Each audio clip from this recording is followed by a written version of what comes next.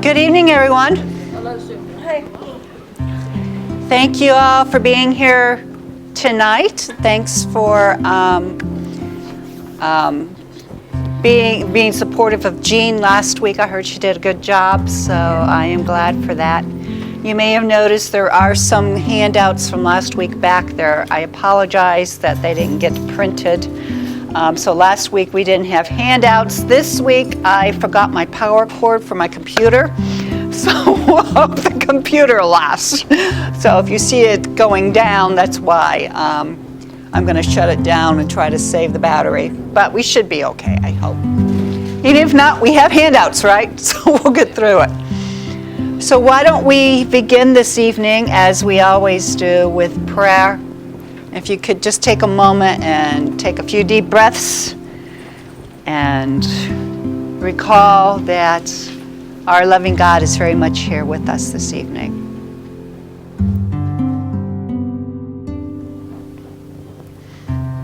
And we even thank you for cell phones. And we lift all these prayers to you, our most compassionate and loving God, as we read one of your scripture readings tonight from the hand of St. Paul of Tarsus, one of our first theologians. Brothers and sisters, we, though many, are one body in Christ and individually parts of one another.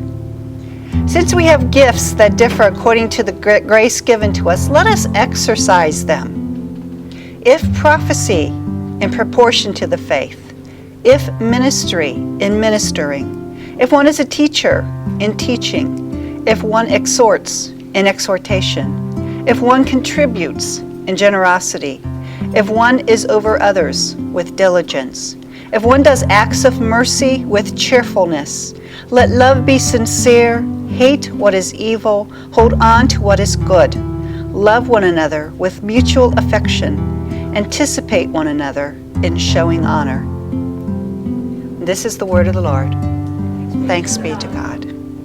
I think it's amazing how these readings for the day always somehow fit with what we're going to be talking about tonight. But this evening we're discussing the Middle Ages, years between about 1000, 1400, 1450. And as you will see, that was a time of great tumult, especially in Western Europe. There is a lot going on and a lot of struggle to, surprise, surprise, a lot of struggle, surprise, surprise, to get along with each other. Not much has changed. So tonight we have the High Middle Ages and the first attempts at reform. Next week we'll be talking much more in a very more systematic way about the Reformation and what that actually means to us today. Yeah. Just a couple of things. I picked up a little research after class last week on the Sunni and the Shiite. Good. When Muhammad died, he had a son-in-law named Ali. Right. And his first name was something like Shia Ali, Okay. and that's where the word Shiite comes from. Yeah. So there was no successor to Muhammad. He didn't say, I pick. So the folks got together and everyone said it should be the son-in-law. Well, the other folks said, no, it should be anybody who is part of the Muslim faith. Well, those who said we want to be part of the Muslim faith, they won. So the next four caliphates, the next four Muhammads were all Sunnis. Sunni. Finally, Ali got his turn. First time a Shiite got it. Somebody murdered Shah, and I think that's probably what's caused some of the heartache. But then I said, what's the difference between a Sunni and a Shiite? There's very, very little, except that the Shiites go to the imams if they have a question. The imams are the ones who are kind of held in revered state. So in other words, if there's a question on the faith, they go to the imams. The Sunnis go to the book, and the Sunnis figure it out themselves. Right. So I'm sitting here thinking, that's nothing to fight about. I mean, the differences between the two are so, it's almost like it's a smoke screen. We're going to say that one's a Sunni and one's a Shiite, and we're going to fight. Thank you. But I don't think the differences are that dogmatic that would cause... I want you all to remember that. This is another point I want you to remember. Not this week, but next week. We're going to come back to that because you're going to see that in a different form, for sure. Well, Yes. it almost sounds like, here in Christianity, like, in the Catholic Church, you have the Bible and church tradition, and then you have many Protestant churches out there, solo Right. scriptura. Right. And so when he's saying the Sunnis go to the book, it almost sounds Yeah. like that. Debbie's jumping over the fence already. And I guess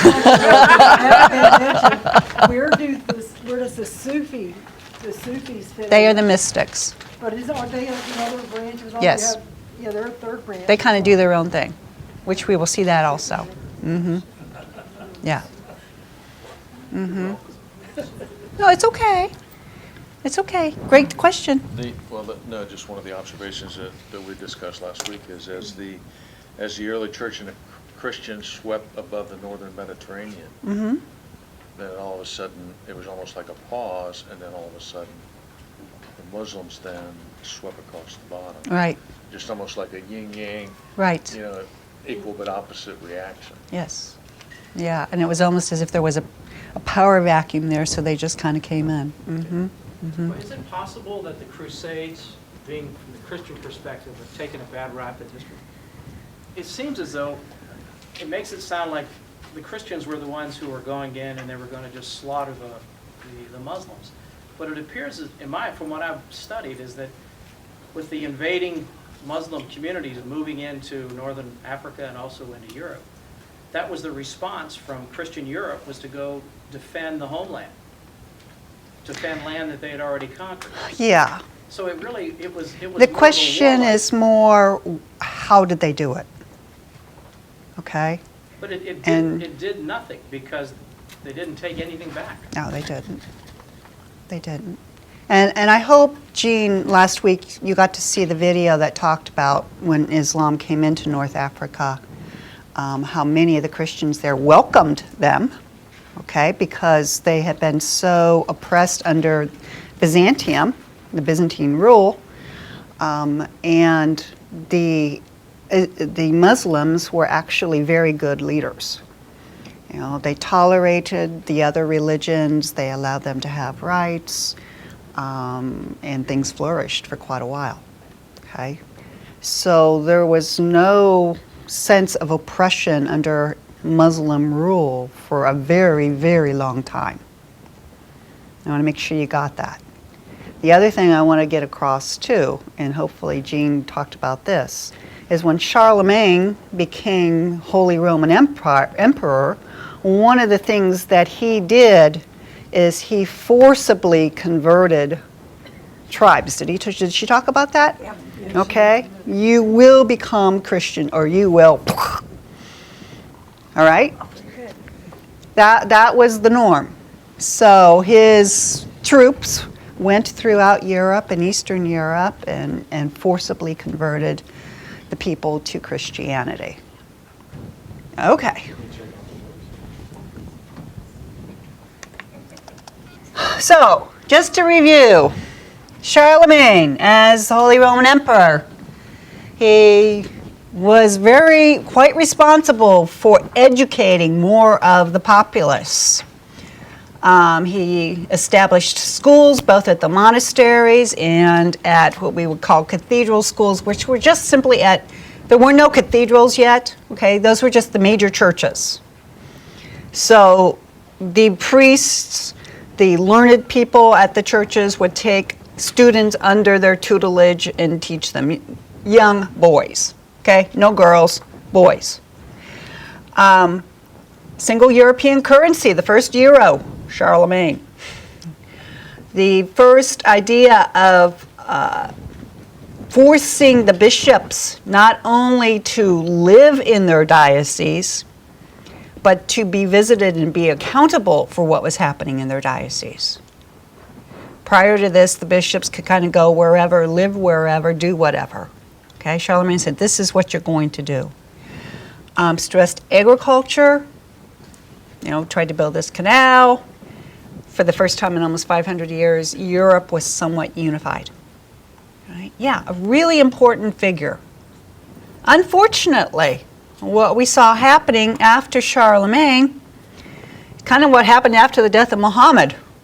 He did not appoint a successor. And so things fell apart. Right? Warfare broke out. Those of you who are of Anglo-Saxon descent, This is where the Vikings came in on their ships, and we'll look at the map where they went. But they were everywhere, all over Europe. Okay? And you go back and read some of the old stories about the terror that the Vikings struck in the people of Western Europe when they saw those boats approaching, because it was pillage and burn everything. Life fell apart. Feudalism became the norm. Everything broke down into these little kingdoms, little fiefdoms, where whoever held the power and fought off everybody else. People who lived in the area were vassals working for the nobility, and they in turn then got protection. This is where the knights come from. Okay? They were sworn to fealty to the various lords. As this happened, as the empire fell apart, so too did papal power disintegrate. There was a lot of corruption at this time. So we're talking like between 900 and 1050. Things totally fell apart. We see the Vikings here. This is a map that tells you when they went into the different countries. So anything that's dark was in the 8th century. Orange, darker orange, is the 9th century. And then they started spreading out, as you can see, down into Russia, Eastern Europe, up into Iceland and Greenland, northern France, of course, England here. Even came down along the coast, the Atlantic coast, down into the Mediterranean. Okay. Is there some things along Africa there? Yeah, even down in North Africa. Mm-hmm. So it's fascinating. If any of you ever get your DNA tested and you go back and look at your DNA, my grandfather is from just above the Black Sea down here. Okay? He has Norse blood. It was like wild, you know? Just blew my mother's mind. How do we get Norse? You know, and of course she's like 5 foot tall. So, but it was because they came down the Russian rivers. They just took their boats down those Russian rivers and intermingled with the population there. But they were terrors, they really were. And of course we have Leif the Red, who supposedly came over to America. There's some great stories about how he and others eventually were converted to Christianity, and he then thought it was his God-given mission to go convert others, and so he took off, and this is how he landed in North America. That's what the story is. So, quite interesting.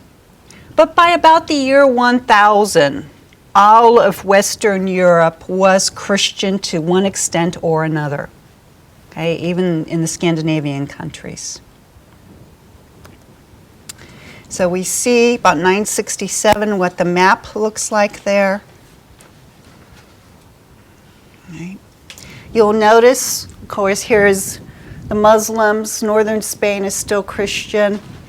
But the papal states, okay, so the Pope actually owned quite a bit of land right in the middle of what is now Italy. And he, more or less, had an army to protect himself. Okay? He was a lord, or the Holy Roman Emperor was a lord. So we had weak emperors during this time. That led to a weak papacy. When there were strong emperors, they tried to control the papacy because there's still power there, right? And we're going to see there's this problem arises of how do we separate the church from the state? If we have a Holy Roman Emperor, okay, but what's his role in contrast to what the Pope's supposed to be doing? And it gets all tangled up. And they vie back and forth. Who's got the power this time?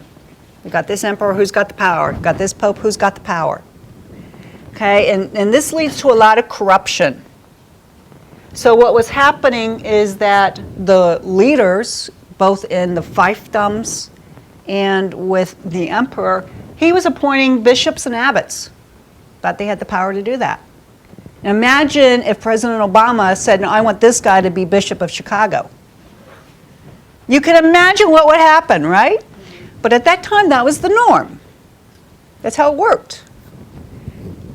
Many times the bishops had no ties to their diocese. It was just an honorary title. And the more wealth there was in an area, the more this was the case. Okay, so this is the age of Christendom. Christendom refers to when the state and the church were very, very interlinked. Okay. Very tied together. You cannot separate the emperor from the pope. This was the Holy Roman Empire. Any questions on that? What we're going to see then for the next 1,000 years is we have this situation. What do we do about this? How do we separate that? Okay, and at times it's going to be done forcibly, as we'll see with the Reformation. And other times it's going to be very, very reluctantly. But this is a huge issue, this church and state thing. Still is in many ways. And the monasteries were still very much a focal point for the church. That's where often masses were held. Excuse me. As I said, the monks and the nuns were the holy people, the educated people. They were like witches and wizards. They had this special power. A lot of superstition, not much education, no religious education, really, unless you were one of the lucky ones who got to go to one of these schools. And they owned lots of land. People would bring their treasures to the monastery to keep them safe, so they had lots of money, very wealthy, lots of power. They became like their own little fiefdoms. So there was a need for reform, and slowly new types of monasteries were formed. I mentioned Cluny up here in France. They tried to go back to Benedict's rule, go back, be more ascetical, more stringent. They said the Pope's going to be directly over each monastery here, no lay involvement, no involvement with the local lord. And under this kind of idea, the monasteries just spread like wildfire. Right? And I want to point out, too, there were monasteries for women, right? Convents. And when we talk about the cloister, that's what we're talking about, basically. It's a monastery where you went to live and you never saw your family or any outsiders again. So by 1050, you can see how things have changed a little bit. Russia has been converted. Some of the saints have gone up to Russia and done a lot of baptizing up there, as well as Poland and Hungary. We have some reforms coming in. Gregory VII, another great, very strong pope, nicknamed Hellbrand, who really pushed things through. For the first time, we see an insistence on clerical celibacy. Okay, up to this point, most priests were married, or they at least had concubines. Right? So celibacy was not the norm. What was happening, however, is that you could be a priest and be married and have children, but if you wanted to be a bishop, no. You had to be a single guy. So the priest, would live with these women and have children, and then if they got appointed to be a bishop, they just abandoned them. Okay? Not a good thing for the church, right? The other thing that would happen is that the priest would die, and then who would get the money? All right, the money, whatever money they might have collected, and many times these priests had outside, they were farmers or they were teachers. Okay, rather than the money going to the church, it would go to the children. So for those reasons, primarily, this is why they started to talk about the need to have celibate priests. The other thing I want to point out down here is that up to this point, the Pope was elected by the people. Remember how I said that the bishops were appointed by the people? Same thing here. For the most part, by popular acclaim, somebody was designated as next Pope in the area of Rome. But this time, this started to change. And there began to be councils of advisors who would choose the next Pope.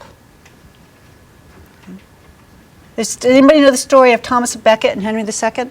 Canterbury Tales is the story of pilgrims going to Canterbury Cathedral, which is one of the first cathedrals in England. And this is the age when we start to see the idea of pilgrimage. Right? Slowly, things start to settle down, and despite having all the crusaders running around that we're going to hear about in a minute, the roadways become safer for people to travel. And so, and we start to, as we'll talk about in a minute, cathedrals start to be built, and they are centers of religious life and centers of pilgrimage. The early cathedrals all had, and they still do today, have relics of the saints in them, right? And you may recall when we talked about how the catacombs were considered a sacred place because that's where the early martyrs were buried, among other things. And so we see the same thing going on. We have these relics that are placed in these cathedrals. This is where these holy people are buried, and we want to be in the vicinity of that, and so we go there. And so we become pilgrims on the road to holiness, to being with these holy people. And Canterbury was one of those very early destination sites. So the Canterbury Tales is the story of all these pilgrims going on this pilgrimage. Do we find it yet? Yeah, well, Thomas Becket was the Archbishop of Canterbury, Okay. and he and Henry II got into a quarrel. Didn't say what it was. Over rights and privileges of the church. Oh, okay. Then Okay, Becket so got same murdered. thing. Then he murdered Becket in 1170, As an example. and then he was followed by Becket's canonization in 1173.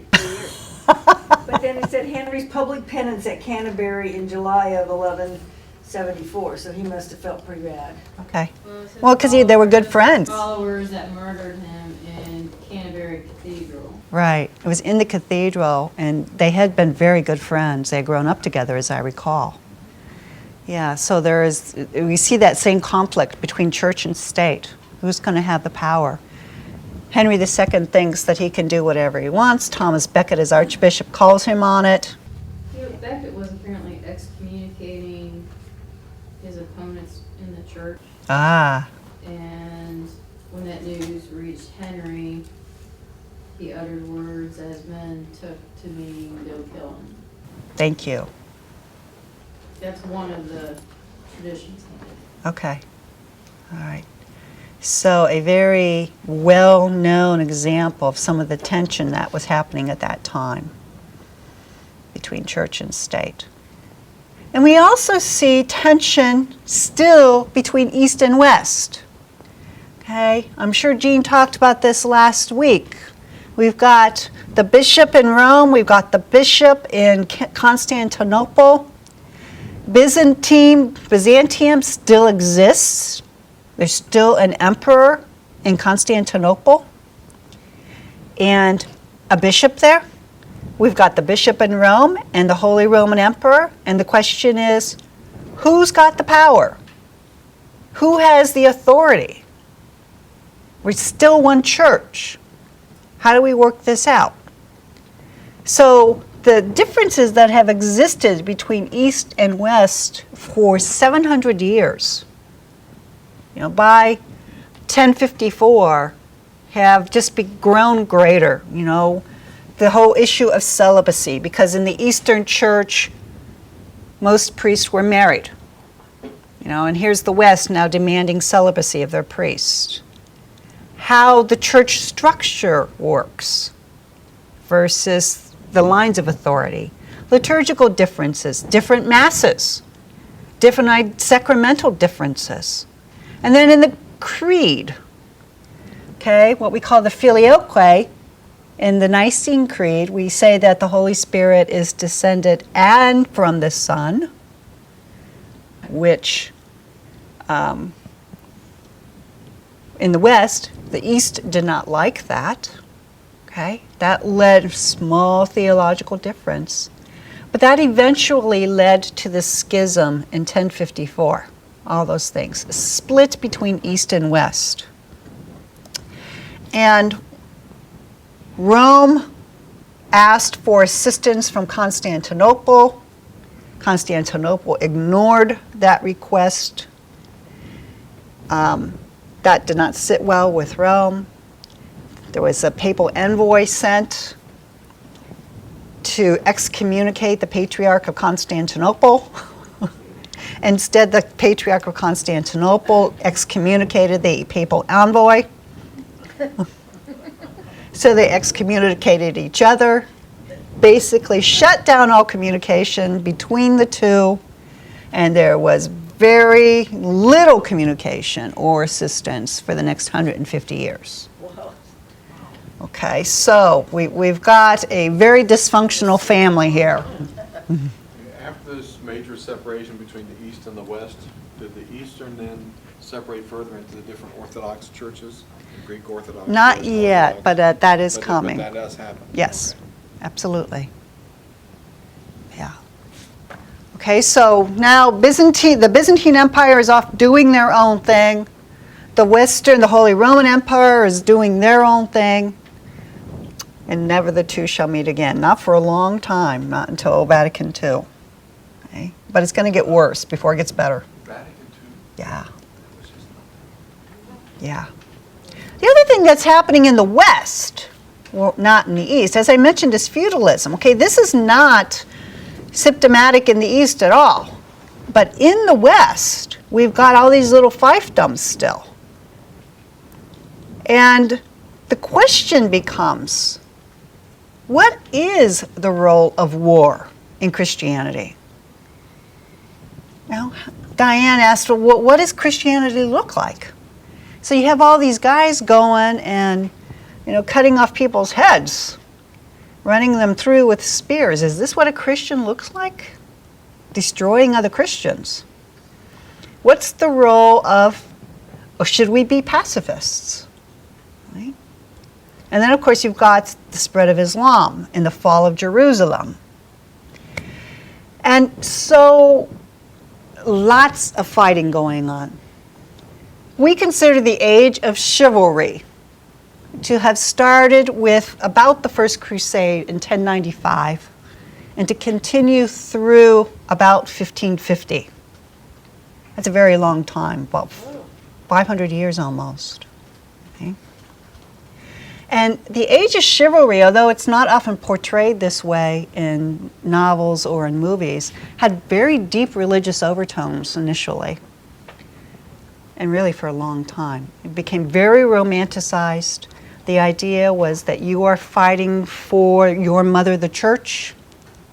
You are fighting for Mother Mary.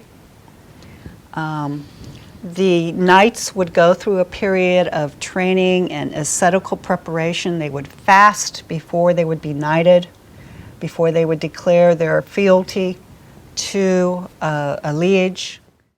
Yes. So yeah, it's the idea of protecting Mother Church, okay, as well as doing what the church leaders said. So the church's idea was let's focus all this energy of these young men and use it for the good. If they want to fight, let's give them something good to fight for.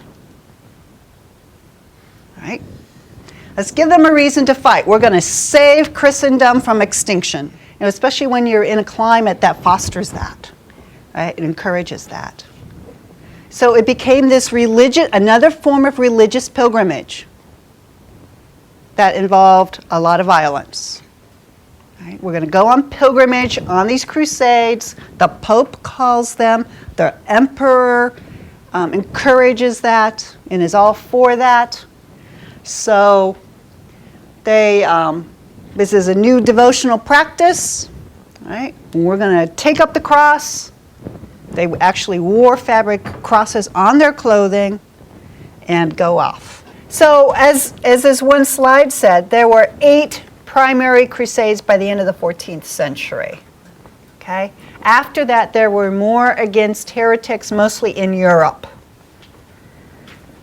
And that then kind of spilled over into what we now call the Inquisition. Okay? But 8 crusades. I kept calling more. We'll come back to those in just a minute. Other than the Crusades, though, during this time, and as they mentioned there, more stability in Europe, more travel, pilgrimages, better communication. Slowly, educational opportunities expand, as we will show in a minute. Slowly, we see, rather than just simply lumping people in groups and saying, you come from this kind of background, this is the kind of work you're going to do, you're a serf, that's all you're good for. There's more this idea that the individual person matters. Right? It's not just about families or groups of people, but the individual person. This is an idea that is slowly going to grow over the next 500-600 years and is going to have major ramifications for the church and for the world too. We see the beginning of guilds. So power to the 99%, okay? Power to the people. Individual experience versus communal tradition. Desire for personal communication with God. Right? That goes along with the emphasis on the individual. Women. Okay, at this point, women, what were your options? Marry or convent?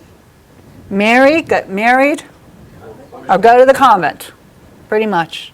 Or live with your father or your older brother and stay a spinster, a virgin. That was about it. We see after about 1050 the rise of these women mystics.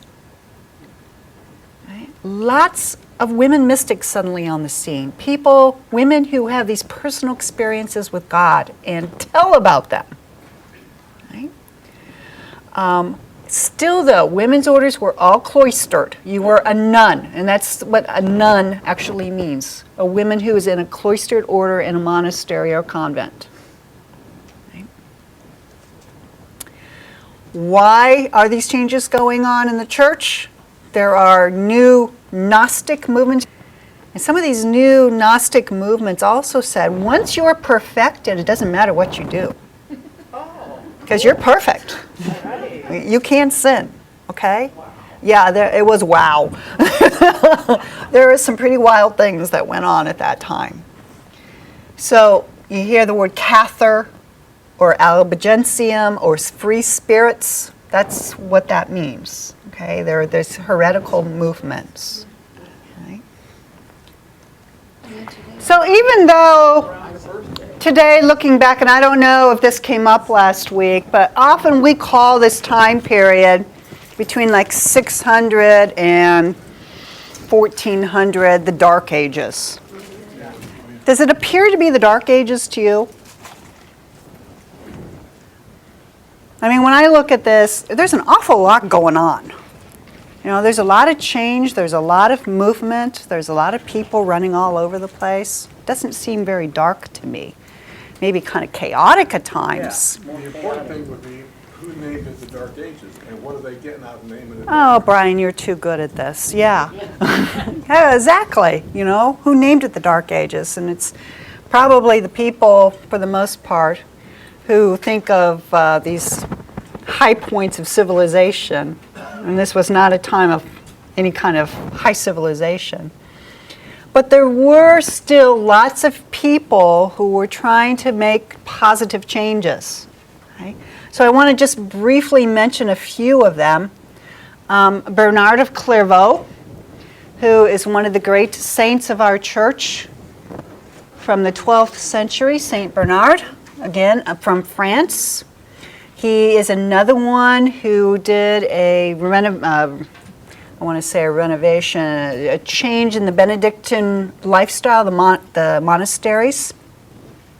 So he became a monk at Cluny in France, and then went from there, started a new abbey at Clairvaux, and began this new way of being a Benedictine monk. But they started calling them Cistercian monasteries, 350 in 40 years. Right? 40 years. 40 or 40. 40. 350 monasteries were started, not just under his direction, but using this new way of being a Benedictine monk. Okay? Some people would say he's the most influential man in the 12th century. The other thing, I'm sorry? You're saying influential in relationship to the development of the Catholic Church? Right. Or just in general, because he knew lots of people. You know, he knew the Pope. He knew a lot of the political leaders, and he did write a lot of letters and influence them in various ways. Yeah. He also is going to know this woman, Hildegard, whom we're going to talk about in a little bit. The thing about Bernard, when you talk about his theology, is he was also one of the doctors of love. Okay? Remember Arianism? Anybody remember anything about Arianism? One of the early heresies that the early ecumenical councils were called to combat. Arianism? What did it say? Christ didn't die. Christ didn't die, right. Jesus didn't die. Jesus was really only another human being, okay? He wasn't really God. So Arianism is saying that, and as a result, at this time, Jesus was, by the church, made to be this very divine figure. So they kind of went overboard in emphasizing Jesus' divinity. So we see at this time on some of the churches what they call the Pantocrator. Jesus on the ceiling. Pardon me? The what across there? The Pantocrator, the creator of all. Okay? This big vision of Jesus up on the ceiling of a church. Well, I don't know, is there one in the Sistine Chapel? Yes. And some of the Eastern churches, the Orthodox churches especially too, very divine looking Christ. Because the idea was we want to emphasize that that Jesus is transcendent. He's more than just a human being. Right? We're countering Arianism here. Well, by this time though, Arianism really wasn't an issue. You know, we're talking like between about 500 and 1100. That was the theme. Jesus is divine. Slowly that starts to change. And we can instead talk about how Jesus was also human. And because Jesus is this human being, we can love him like we would love any human being. And that's what Bernard was all about. You know, the incarnation is wonderful. God became man. I can love this man. He gave me this great example. Love is important for conversion. Right? Doctrine isn't going to cause conversion. Love alone will bring about conversion. Right? So that's what he is about. And we're going to see this again in a minute with Francis of Assisi, who's very much the same way. And Hildegard. For the first time, really, other than Saint Scholastica and a few others, Paula and Eusebius, we have a woman, a very strong, very intelligent, very multi-talented woman whose name comes down to us, and that is Hildegard of Bingen. She is from the Rhineland. She's one of these female mystics, the first of many. 10th child in a German family, just about the turn of into the 12th century. Was sent into the convent as a young girl and was raised by another nun. Throughout her life, she produced many major works, many writings, She was consulted by bishops and popes and kings. She was a friend of Bernard of Clairvaux, okay, as well as many others. Had visions at a very early age. She eventually became the abbess. She also was a musician. She's the first woman we know, actually some of the very first religious music that we have, but definitely from a woman. She produced these plays, musical plays. She was also an herbalist. She was a physician. Okay? Just an amazing woman. Hildegard's writings have just started to come back into the church and be recognized. For many, many years, we didn't pay any attention to them. They weren't even acknowledged. It's only been within the last 100 years that we recognize Hildegard and her importance, and she just recently became a saint. Okay. Oh, this is one of her drawings. She was also an artist. So, this is a drawing of Christ with some of the medieval symbols surrounding him. Fascinating woman. We already kind of talked about this. Arianism was no longer a threat, more emphasis on humanity of Jesus. Crucifixion and passion. Okay, this is the time we're going to start seeing passion plays. The Stations of the Cross with pilgrimage. A lot of people, once the Crusades are over, there starts to be pilgrimages to the Holy Land, and some people actually get to go walk the streets. They would come back with their stories, and this is where the idea of the Stations of the Cross came from. Not everybody can go to Jerusalem, but we can set up these stations and, in a sense, walk the streets of Jerusalem. So crucifixion and passion. Mary, I talked about devotion to Mary. Mary, in a romanticized, almost sexualized manner, became one of the foci for the Crusades and the Knights. Right? The cult of the saints became huge. And this is where many of the little villages in Europe started to be named for saints. They had patron saints. Okay? Children were baptized and put under the protection of a saint.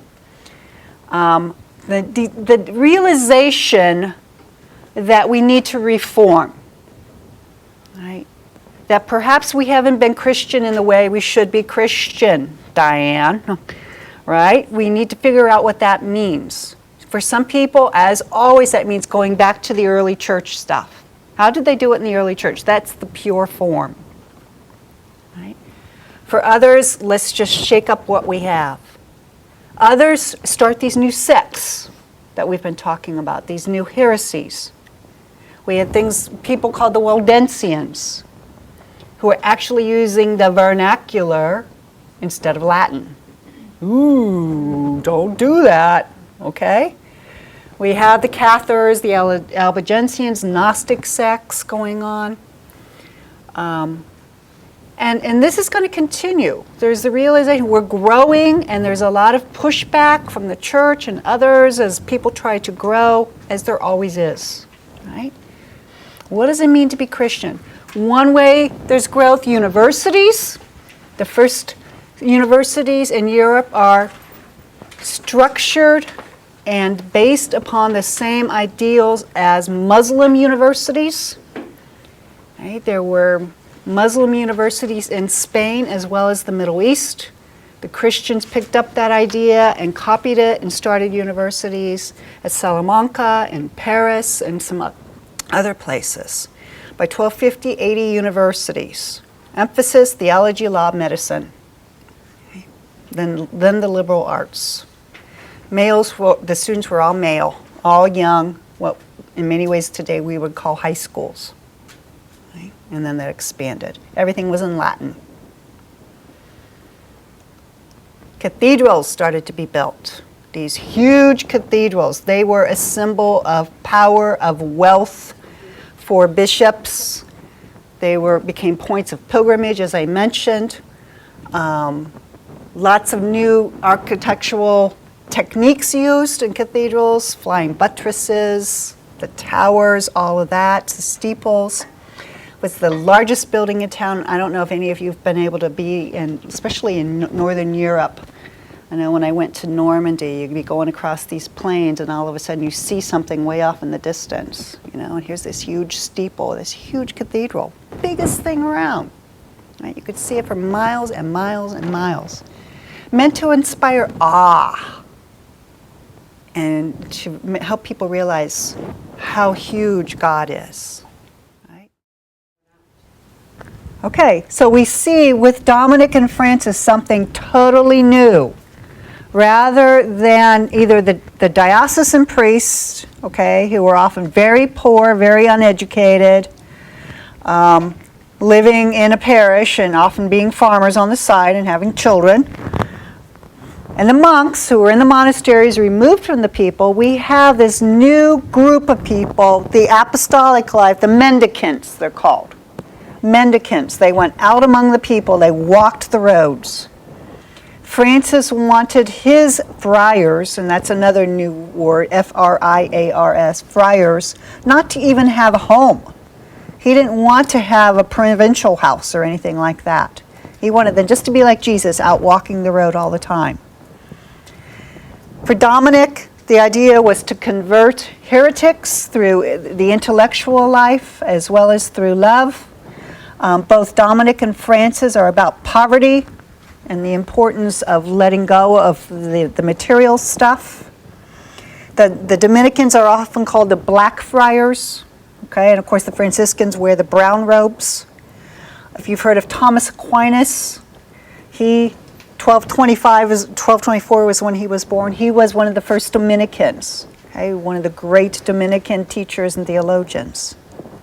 Of course, his big book is the Summa Theologica, right, which kind of laid out all of our doctrine, which is still used today very much. But we do have the Dominicans, the OP, starting. We have Francis of Assisi almost at the same time. So it's like the spirit is moving, these new things are happening. And Francis is very much about poverty, about the love for Jesus, humility, love for the earth, and all of creation. Okay.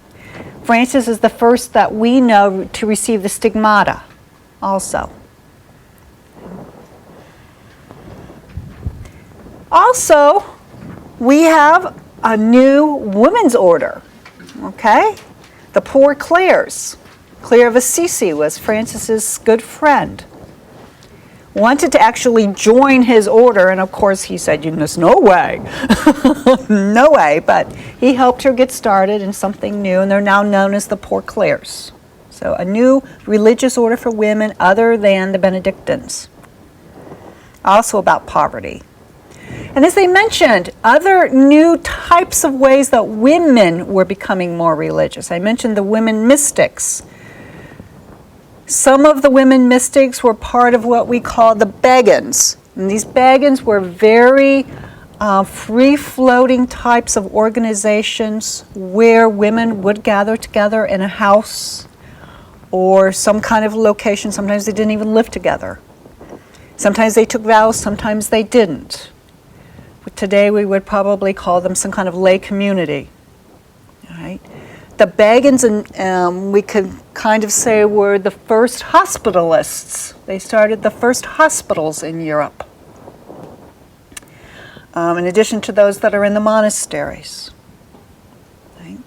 Cared for whomever wandered in their door, especially in Northwest Europe, especially in Germany. Some of them wrote significant theological works. Some of them were mystics. The church was like, there's women running around. They don't have husbands. They're not in a monastery. They're not nuns. What do we do with them? Okay, how do we control this? I know some of you guys are still wondering that. Yeah. How do we control this? And as was mentioned, that made some people very, very nervous. This is the time where we start to see the witch hunts. Some of those witches were Begans. They were religious women who were doing good works in the world, and they were hunted down because they could not be controlled. People didn't understand. All right? But it did last, this movement lasted a long time into the late 14th century. Slowly, this idea of lay women's movements took shape. It's going to take a while yet after the Reformation for us to see women's religious orders as we know them now. But it is coming. Okay, just a couple more things I want to mention before we stop. There was a council in 1215. This is not an ecumenical council, but it is a council that was called 1,200 bishops, theologians by Innocent III. It's important because there's some major changes happening in the church right now. For example, instead of being in Latin, homilies are in the vernacular. So the normal people, the common people can understand what the priest is saying. What a good idea. Again, reforms in clerical life. Push for celibacy. Again, the fact that they're having to push it again tells you it was not working.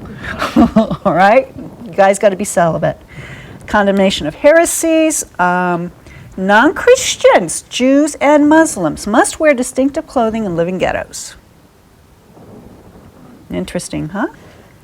The secrecy of the confessional. Thank goodness.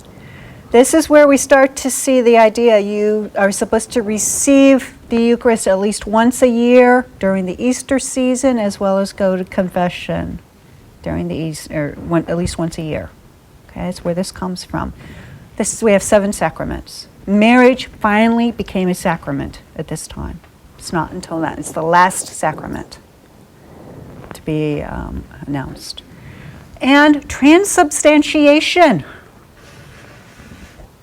The real presence of Christ in the Eucharist. That doctrine was clarified at this time. There was a lot of question about that. Jesus is truly present in the Eucharist. Okay. So an important council.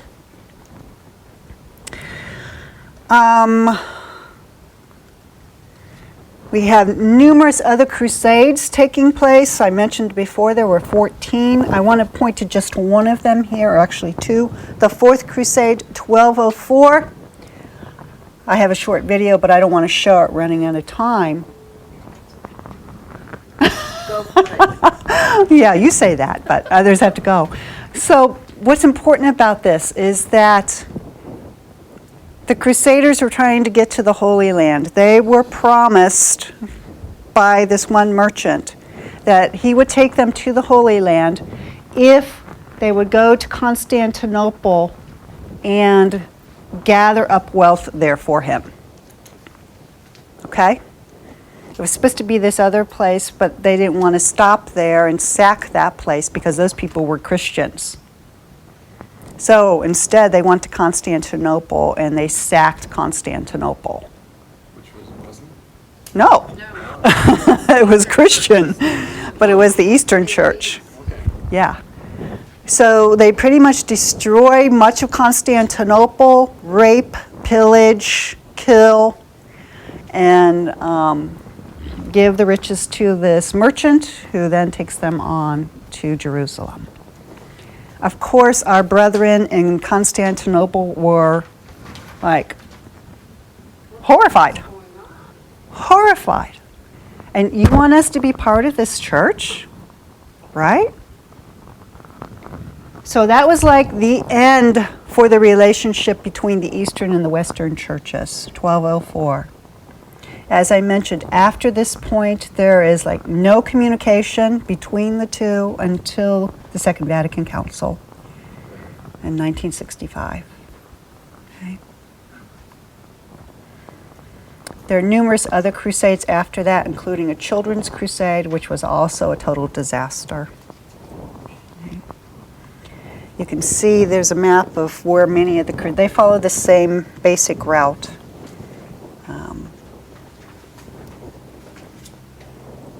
But quite a few different ones. And as was mentioned in the video, some of the results, the negative, the violence, the destruction of Constantinople, as well as along the way, the disruption of reconciliation with the East. Later on, the Inquisition. It's going to lead into the Inquisition and the destruction of heretics. positives, mostly economic. You see the development slowly of the middle class, so you could be other than a farmer or a crusader. And we have tradesmen building the urban centers, the cathedrals, the schools, etc. The spread of education and knowledge from the East. And then various crusading orders, right? Like the Knights Templar and the I can never say this word, Hospitallers. And probably some of you have heard about the Knights Templar castles and the wealth that supposedly they had. This one is actually outside of Jerusalem. These were religious orders of knights who would provide hospitality to pilgrims and protect the routes of pilgrims later on. So we'll pick up next week. Actually, this isn't a bad place to start. Next week we'll start with what we call the Babylonian captivity, and we're in the 14th and the 15th centuries, the end of civilization, and then the schisms. So it's a good place to kind of slide into the Reformations. We're talking about Martin Luther and the Anabaptists, the Amish next week. Where did they come from? I think you'll find it very interesting. So how about if we end with an Our Father, please?